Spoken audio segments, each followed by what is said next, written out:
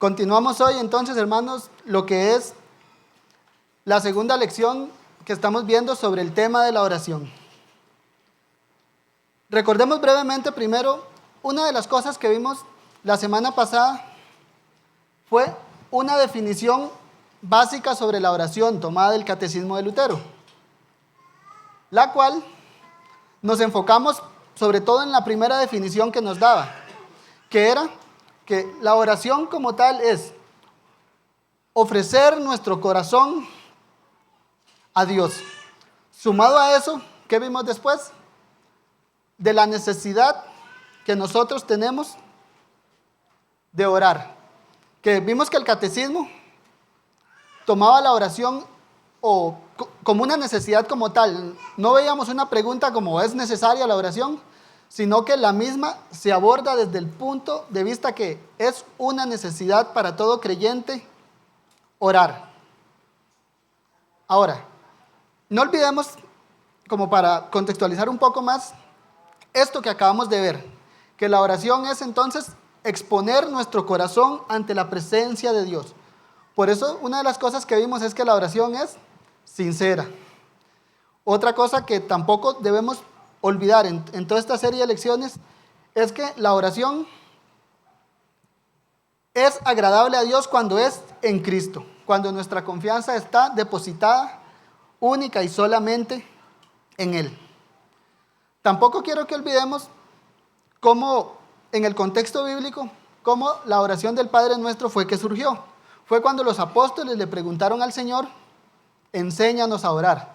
Y el Señor entonces responde dándoles esa oración. Eso quiero que tampoco lo olvidemos en el sentido de que dispongamos nuestro corazón de tal manera como los apóstoles y vengamos a aprender a cómo la Biblia nos enseña a orar. Porque tengamos claro que la oración particularmente es una de las disciplinas con la que muchos luchamos. Así que vengamos delante del Señor dispuestos a que nos enseñe a orar. Vengamos como los débiles que cuando van a orar después de un día largo, llegan tan cansados que quieren orar, se duermen. Por eso, Señor, enséñanos a orar. Vengamos con esa actitud de corazón entonces de que el Señor nos enseñe a orar. Ahora, para el día de hoy, vamos a introducirnos brevemente ya en lo que es el tema de la oración del Padre Nuestro. Antes de eso, vamos a ver una peculiaridad que toca el catecismo. Para los que vienen hoy por primera vez, estamos basando nuestros estudios en un catecismo llamado el Catecismo Ortodoxo. Un catecismo es una serie de enseñanzas, como vimos, de doctrina bíblica, ya sea que muchos son a manera de párrafos y el que estamos usando nosotros trae la enseñanza en preguntas con su respectiva respuesta. La semana pasada vimos las primeras dos preguntas, 138 y 139. Hoy vamos a avanzar en varias preguntas. Comenzamos con la pregunta 140. Dice así: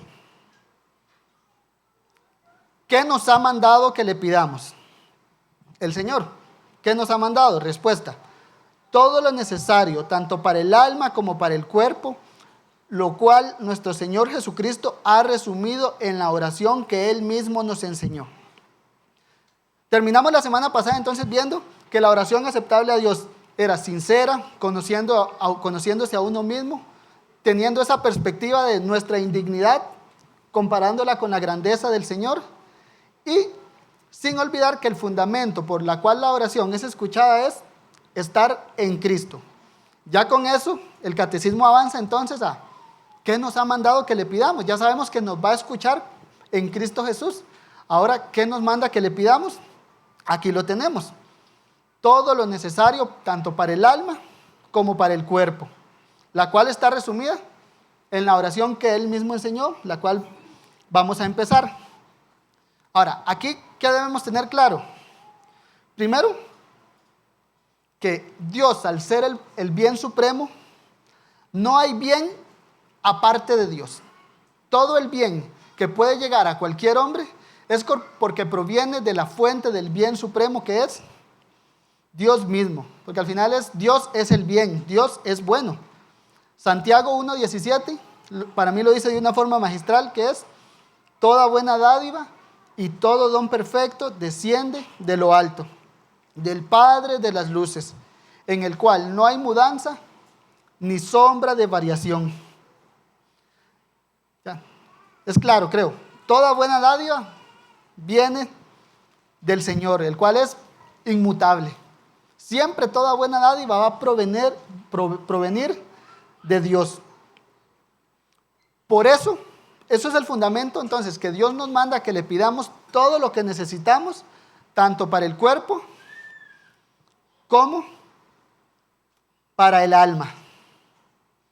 Dios, en su buena voluntad con nosotros, no solo nos enseña que hay un modo aceptable para orar, no solo nos da el fundamento para orarle como Él lo agrada, sino que también Él, sabiendo lo torpes que somos, Él mismo nos enseña cómo debemos orar, resumido en la oración que Él mismo nos enseñó. Y nos hace eso, ¿por qué?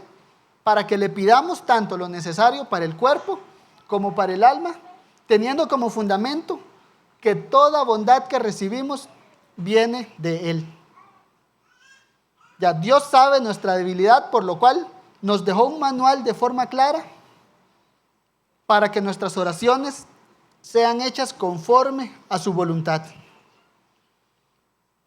Vamos a avanzar. Pregunta 141. Vamos a ver la 141 y la 142 de una vez. Pregunta 141 dice así: ¿cuál es esta oración? Entonces, es una cita directa. Dice: Padre nuestro que estás en los cielos, santificado sea tu nombre. Venga tu reino. Hágase tu voluntad, como en el cielo, así también en la tierra. El pan nuestro de cada día, dánoslo hoy, y perdónanos nuestras deudas, como también nosotros perdonamos a nuestros deudores, y no nos metas en tentación, mas líbranos del mal, porque tuyo es el reino y el poder y la gloria por todos los siglos. Amén. Seguidamente vamos a leer la pregunta 142. Aquí trata una particularidad que me parece pertinente como labor del catecismo. Pregunta 142, dice así: ¿están los cristianos atados a esta misma forma de oración? Respuesta: no lo estamos. Nuestro Señor entrega aquí a su iglesia un breve resumen de las cosas que debemos pedir a Dios, pero aún así Cristo espera que pidamos beneficios particulares y esta forma un conjunto de temas generales, en virtud de lo cual todos los beneficios pueden agruparse. Todos los detalles de la oración deben concordar y corresponder con esta forma general, aunque no estemos atados a esta forma. Esto es evidente desde Santiago 1:5, donde el apóstol exhorta a los santos: si alguno de ellos carece de sabiduría, deben pedir a Dios, que da libremente a todos. Pero estas palabras no se encuentran en formas de oración expresa en particular. Además, tenemos ejemplos de oración, tanto en el Antiguo como en el Nuevo Testamento, que no siguen exactamente esta forma, aunque todo lo que pidieron fue incluido en esta oración. Por lo tanto, es completamente un asunto de libertad si se usa exactamente o no este modelo de oración que Cristo nos dio. Un poco larga la respuesta, pero saquemos verdades básicas de ahí. Creo que en nuestro contexto, esta pregunta referente a esta oración se nos vuelve pertinente porque la gran mayoría de nosotros, ya sea vienen de un contexto del catolicismo romano o tienen familiares que aún practican esa forma de religión. ¿Y quién de nosotros no ha escuchado de ellos, o algunos de nosotros tal vez lo hacían, que cuando se disponían a orar, ¿qué hacían? Repetían la oración conocida como el Padre Nuestro. Por eso me parece muy pertinente cómo lo aborda el autor del catecismo.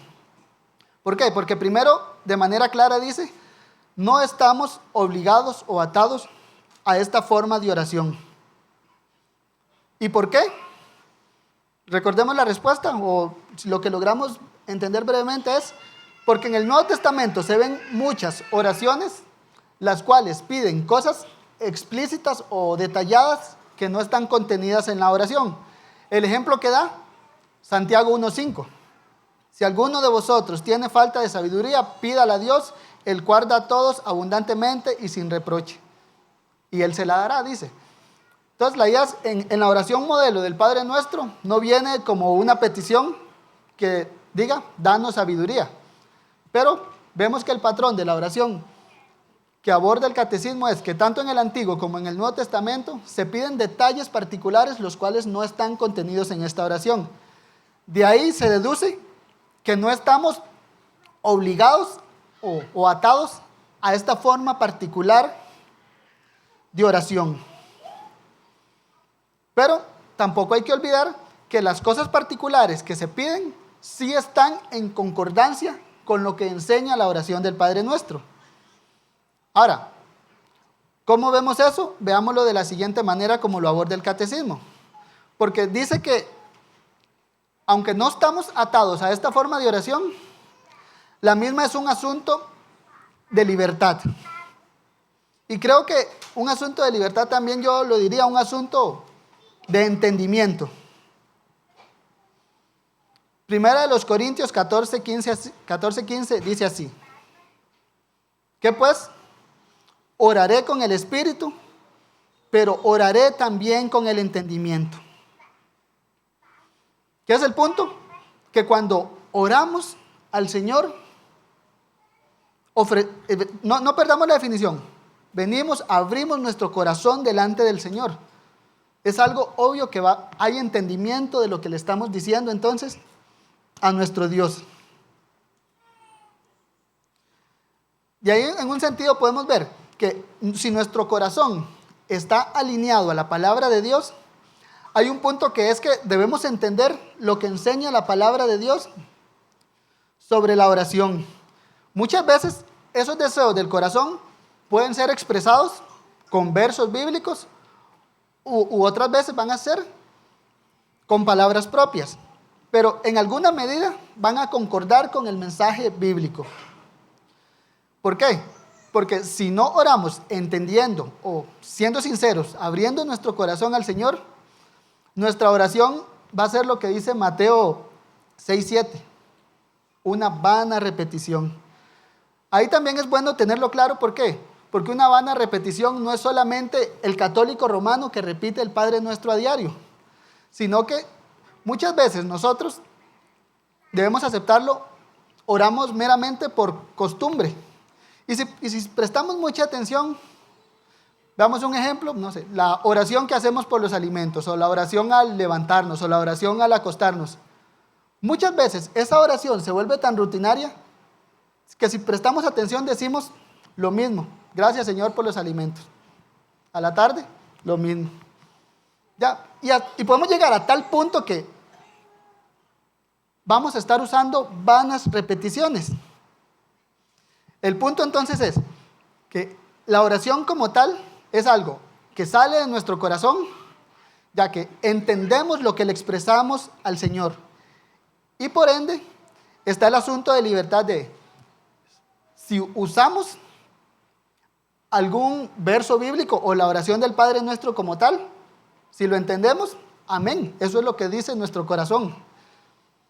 Gerhardus Voss, comentando el catecismo de Westminster, él lo dice así: la oración del Señor puede ser usada apropiadamente como una oración por sí misma o asociada a una oración formulada por nosotros mismos. Eso sí, siguiendo las prescripciones presentadas en el catecismo. Y hace un resumen: que sea hecha con entendimiento, con fe, reverencia y con otras gracias necesarias al correcto cumplimiento del deber de la oración. Esto es, debemos siempre guardarnos y evitar el peligro de un uso meramente mecánico y formal de la oración del Señor. Con el entendimiento, entonces creo que, viéndolo así, como un asunto de libertad, se nos hace claramente por qué el entendimiento de lo que oramos se puede ver reflejado en un versículo bíblico. Cuando oramos, por ejemplo, venga tu reino, ¿podemos orarlo? Amén. Es una petición directa que hace el Señor. Ahora, ¿podemos orarlo? ¿Entendemos? Creo que esa sería la pregunta. ¿Entendemos lo que dice la Biblia cuando el Señor nos manda a pedir, venga a tu reino, danos nuestro pan de cada día? Si lo entendemos, no va a ser una vana repetición, sino que va a ser nuestro corazón abierto ante el Señor, expresándose con la palabra de Dios. De ahí, por tanto, el catecismo dice, es completamente un asunto de libertad si se usa exactamente o no este modelo de oración que Cristo nos dio. El punto es, mis hermanos, Cristo nos hizo libres y por ende tenemos la libertad de orar o no textualmente la oración del Padre Nuestro o cualquier otro versículo bíblico. Ahora, esta es una peculiaridad que el catecismo toca. Ahora, vamos a comenzar a ver ya lo que es la oración del Padre Nuestro como tal. Ahora, esta oración como tal consta de 3 partes básicas, que es un prefacio, 6 peticiones y una conclusión. Hoy nos centraremos en el prefacio, contenido en las palabras de Mateo 6:9 iniciales, que es: Padre nuestro que estás en los cielos. Ahora, el prefacio lo vamos a abordar por la pregunta 143 y 144. Procedemos entonces con la pregunta 143. Dice así: ¿por qué Cristo nos mandó llamar a Dios Padre nuestro? Respuesta: al comienzo de nuestra oración, Cristo quiere encender en nosotros lo que es básico para nuestra oración: el temor infantil y confiar en que Dios, por medio de Cristo, se ha convertido en nuestro Padre. Nuestros padres no nos rechazan las cosas de esta vida, mucho menos Dios, nuestro Padre, se negará a darnos lo que le pedimos en fe. Una cosa que me voy a adelantar un poco, y es que con este prefacio lo que debemos tener claro es que el mismo es como la motivación para que los cristianos oremos. Y lo que vemos en esta respuesta primero es para, como lo dice, despertar en nosotros ¿qué? Un temor infantil, un temor de niño, dice, para confiar en que Dios, por medio de Cristo, se ha convertido en nuestro Padre. Y ahí hace la analogía que si nuestros padres no nos rechazaban las cosas de esta vida, cuánto menos Dios, que es nuestro Padre, se va a negar a darnos cosas que le pidamos por fe. Entonces, el objetivo de esto como tal es generar confianza en nosotros de que Dios es nuestro Padre y que por ende podemos ir confiadamente a Él a orarle. Ahora, ¿cómo empieza entonces el prefacio? Padre nuestro que estás en los cielos. Primeramente, centrémonos en el título de Padre. Esto inicialmente trata con al Dios que le vamos a orar. La semana pasada vimos que la oración deben ir dirigidas solamente al Dios vivo, al único Dios y verdadero. Ahora, aquí se nos hace todavía más familiar la idea, ¿por qué? No solo vamos a ir a orarle al único Dios, sino que tenemos la gracia particular en Cristo de que ese Dios que le oramos es nuestro Padre. No es un Dios desconocido a nosotros, no es un Dios alejado, sino que debemos tener claro que las oraciones de los cristianos van dirigidas a nuestro Padre. El versículo que estamos memorizando creo que aborda esa temática de manera muy buena. Primera de Juan 3:1 dice: mirad cuál amor nos ha dado el Padre para que seamos llamados hijos de Dios. Nosotros entonces, cuando oramos, el Señor nos enseña a que vengamos como niños, ¿ante quién? Ante nuestro Padre. No vamos a venir ante un Dios que no nos conoce, no. Al Dios que le oramos, nos conoce perfectamente. Y es mutuo. ¿Qué hijo no conoce a su padre? Es la idea. Nosotros como cristianos, se nos alienta entonces que al que le estamos orando es a esa figura paternal y amorosa que cuida de nosotros, la cual es nuestro Padre. esta bendición, debemos tenerlo claro, no es un derecho como tal, no es algo que merezcamos, sino que es una de las muchas bendiciones que Cristo ganó para nosotros en el pacto de gracia. Es un privilegio que solo los cristianos tenemos por Cristo. Por eso, de manera general, el Señor es lo primero que responde. Enséñanos a orar, le dijeron los apóstoles. ¿Y qué hace el Señor? Vosotros pues oraréis así: Padre. Eso quiero que lo tengamos bien claro, o es más, tengámoslo metido en la cabeza y en el corazón, que es, nosotros como hijos de Dios vamos a orarles a nuestro Padre. Ahora, lo que quiero que entendamos es esa relación que esto nos da, esa relación íntima, digámoslo así. ¿Por qué? Porque recordemos que la oración es, somos un libro abierto a Dios, abrimos nuestro corazón ante Dios. Es un hijo que depende tanto de su padre, que viene y abre su corazón ante su padre, y ese padre lo escucha. Dirigirnos a Dios de esta manera no es tampoco un mero formalismo de siempre llamar Padre, no, es la confianza que hay en el corazón del creyente, que él se acerca a su Padre, que no nos estamos acercando a un Dios desconocido, sino que de verdad de nuestro corazón sale esa confianza de niño que dice el catecismo, esa confianza infantil, y llamamos a Dios Padre. Tampoco dirigimos nuestras oraciones al Padre pensando porque meramente llamarlo Padre vamos a obtener algo más de gracia. No, recordemos que eso es más bien una gracia que Dios nos da. ¿Y cómo nos la da? Por medio de su Espíritu Santo. Romanos 8:15 lo dice así: habéis recibido el Espíritu de adopción por el cual clamamos: Abba, Padre. ¿Y qué es el punto con esto, hermanos? Que un aspecto fundamental de la oración es que está cargada, o debe estar cargada, de confianza. Es un hijo hablando con su padre.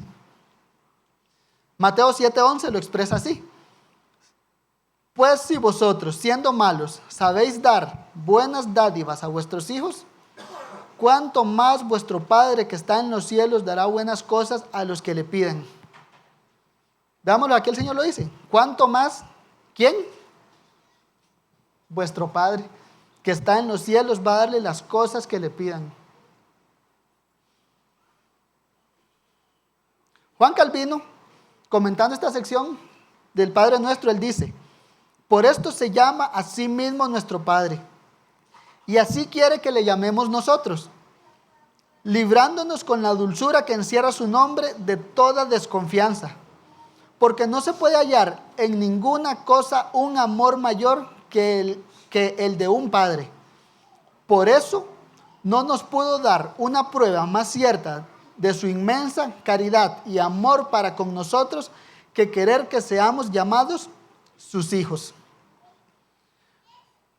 Entendamos eso, hermanos, entonces, que cuando el Señor nos manda a que le oremos o que nos dirijamos en oración a Él como Padre, es para que lo hagamos con confianza. Segunda parte, que ese Padre, ¿cómo le llamamos? Padre nuestro. Nos coloca ahora esto en otro aspecto de la relación familiar que tenemos con Dios. Y es que, veámoslo así, yo no soy hijo único de Dios, no. Tenemos hermanos en la fe, los cuales fueron adoptados en Cristo Jesús. Y eso podemos verlo desde varias perspectivas. El punto es que oramos con confianza a nuestro Padre, pero primero no oramos solos. ¿Por qué? Porque pertenecemos a la familia del Señor.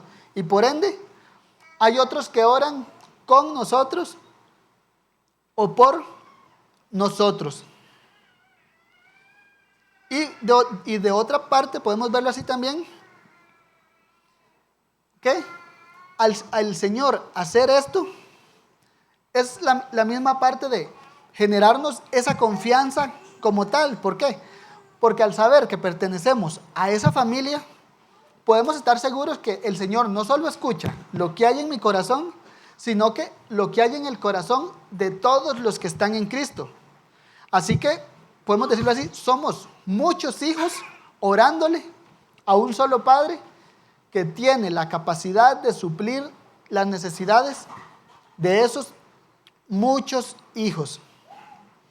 Por eso, veámoslo así, Jesús no nos enseña a orar, Padre mío, sino que de manera clara nos enseña a orar, Padre nuestro, dándonos esa certeza de que estamos en el pueblo del Señor, dándonos esa certeza de que el espíritu de adopción también ha obrado en otros, a como ha obrado en nosotros. ¿Para qué?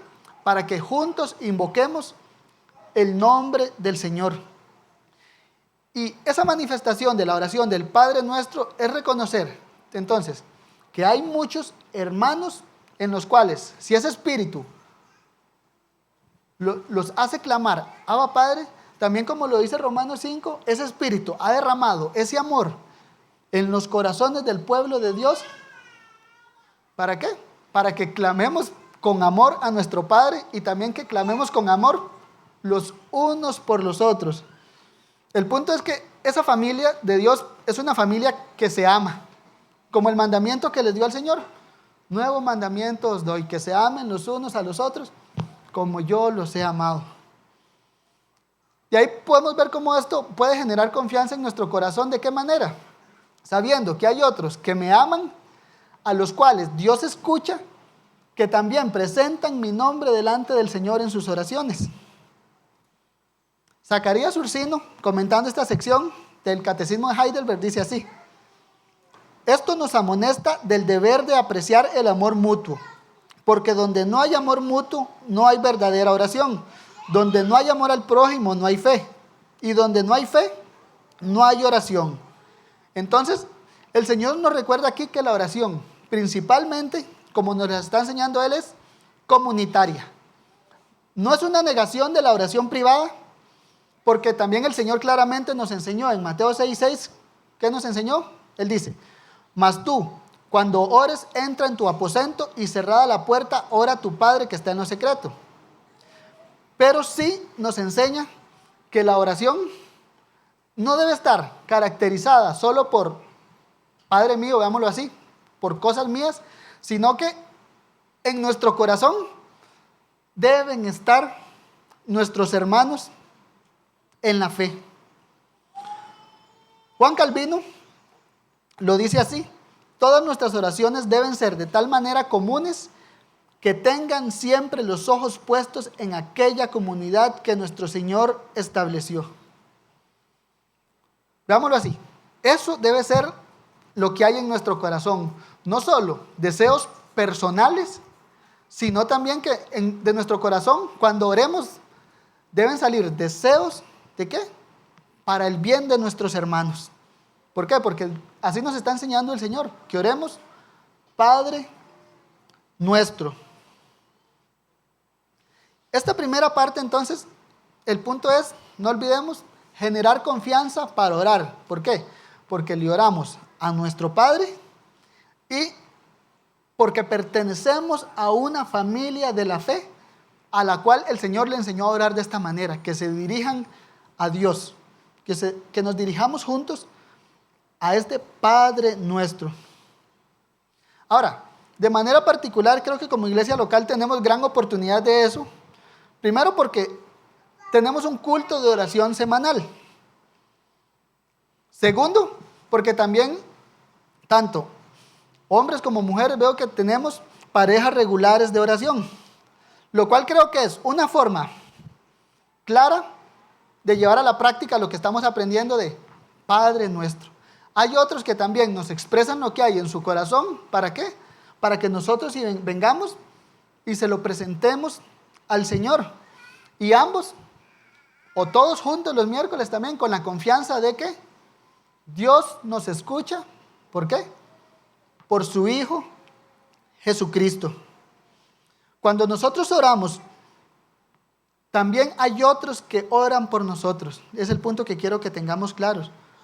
Y oramos juntos, ¿con qué? Con la gran confianza de que nuestro Padre nos escucha. Procedemos ahora a la pregunta 144, la segunda parte del prefacio.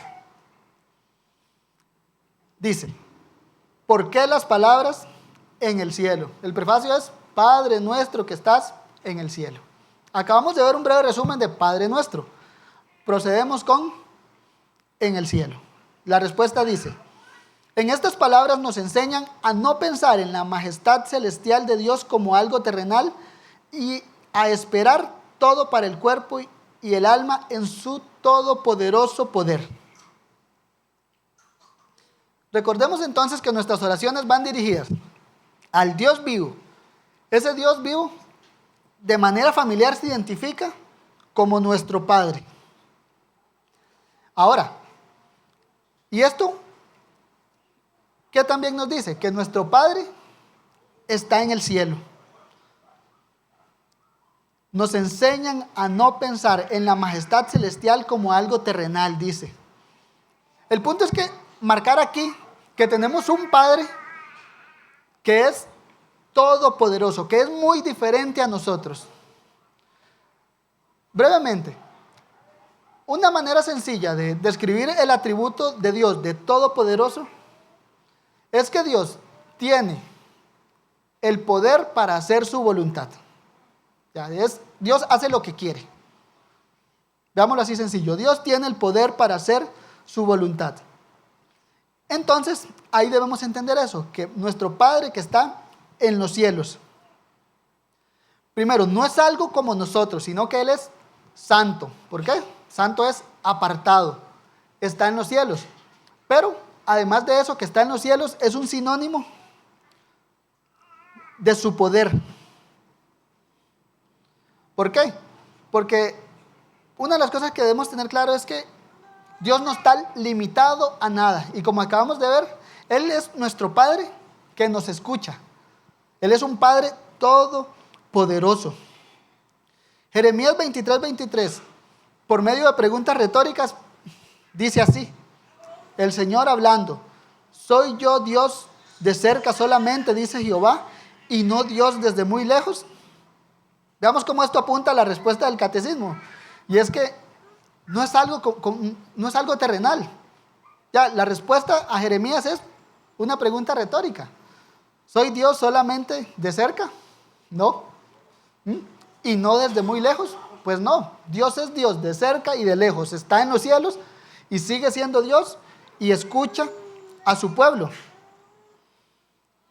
El objetivo de este prefacio es que si nuestro Padre, que está en los cielos, es que tiene el poder, ¿para qué? Para contestar nuestras oraciones, para escucharnos. Muchos de nosotros tal vez de niños o cuando hemos escuchado a niños, cómo los niños se refieren a su padre, no sé. Mi papá es muy fuerte, mi papá es muy grande, mi papá es más grande que el tuyo. Hay siempre esas comparaciones de cuál papá es el mejor, pero el punto es que el niño confía en su padre. Bueno, veámoslo así. Nuestro Padre está en los cielos. No hay nadie más grande que Él. Es inalcanzable, es todopoderoso. Isaías 66:1 lo dice así. El cielo es mi trono y la tierra el estrado de mis pies. ¿Qué tan grande y fuerte es nuestro Padre Celestial? Hasta el cielo. El punto es generar confianza en nuestros corazones para que oremos al Señor. ¿Y por qué digo que esto también es un sinónimo del poder de Dios? Salmo 115:1 lo dice así. Nuestro Dios está en los cielos, todo lo que quiso, ha hecho. Por eso nos debe llenar de confianza. Al Padre que clamamos nosotros, al que le abrimos nuestro corazón, hace lo que quiere. Tiene el poder para hacer lo que quiere. Y si Él quiere nuestro bien, no hay nadie que pueda detener su mano. Ya el Señor quiere y puede hacer bien a su iglesia. De ahí que oremos con confianza al Señor. Ahora, con base a esto de que nuestro Padre está en los cielos, me parece pertinente ver varias cosas. Uno, que nuestro Dios no está limitado a los cielos, o los cielos como tal no son un límite para nuestro Padre. Primera de Reyes 8:27 lo dice así: pero ¿es verdad que Dios morará sobre la tierra? He aquí que los cielos de los cielos no te pueden contener, cuánto menos esta casa que yo he edificado, dijo Salomón. Entonces, Dios no está limitado al cielo. Su omnipresencia es, Dios está en todo lugar.